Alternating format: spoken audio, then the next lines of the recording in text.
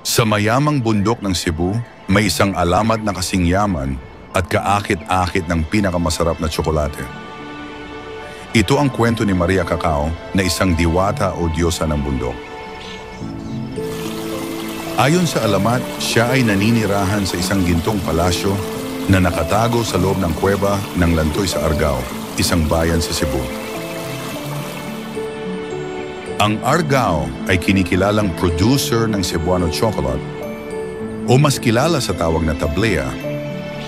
Ito ay ginagamit sa paggawa ng sikwate, ang versyon ng mga Cebuano sa hot chocolate.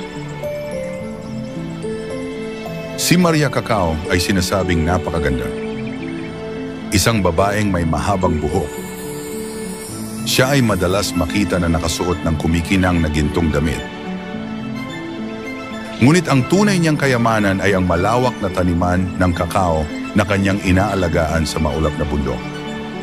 Pero ayon sa mga matatanda, ang plantasyon na ito ay hindi makikita ng mga mortal o ordinaryong tao.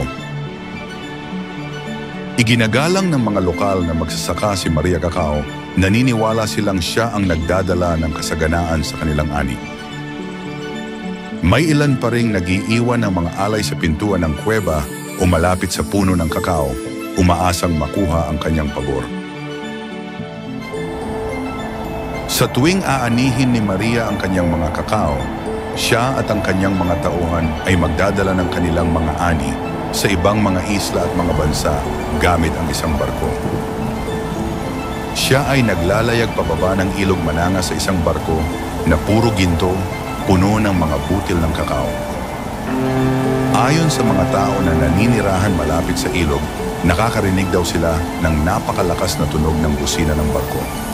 Ito raw ang palatandaan na dumaan na si Maria Cacao. Ang pagtanaw sa kanyang barko ay sinasabing hudyat ng masaganang ani na darating. Gayunpaman, ang kanyang paglalakbay ay hindi laging mapayapa. Ang pagdaan ni Maria Cacao ay madalas nagdadala ng malakas na ulan at pagbaha, na minsan ay nasisira pa ang mga tulay sa ilog. Ngunit naniniwala ang mga tao na ito ang kanyang paraan ng paglilinis ng ilog para sa pagdaan ng kanyang barko.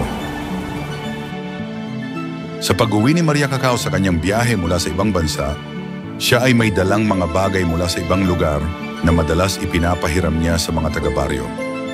Isusulat lamang nila sa papel kung anumang bagay ang nais nilang hiramin at iiwanan nila ang listahan sa pasukan ng kuweba.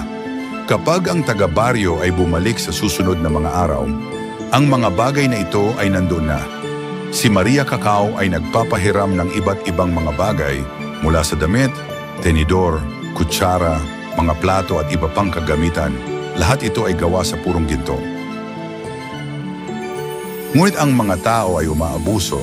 Ang mga bagay na kanilang hinihiram ay hindi na nila ito ibinabalik.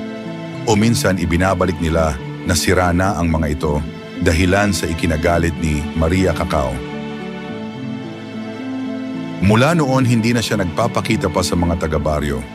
Lumipas ang maraming taon, ang ibang tao ay tumigil na sa paniniwala na mayroong isang diwata na nagngangalang Maria Cacao. Ang kwento ni Maria Cacao ay maaaring isang alamat lamang. Hindi man ito napatunayan ng buo at tuwiran, ngunit ang kwentong ito ay katulad ng barko ni Maria Cacao na patuloy pa rin ang paglalayag sa kaisipan ng mga taong naniniwala dito.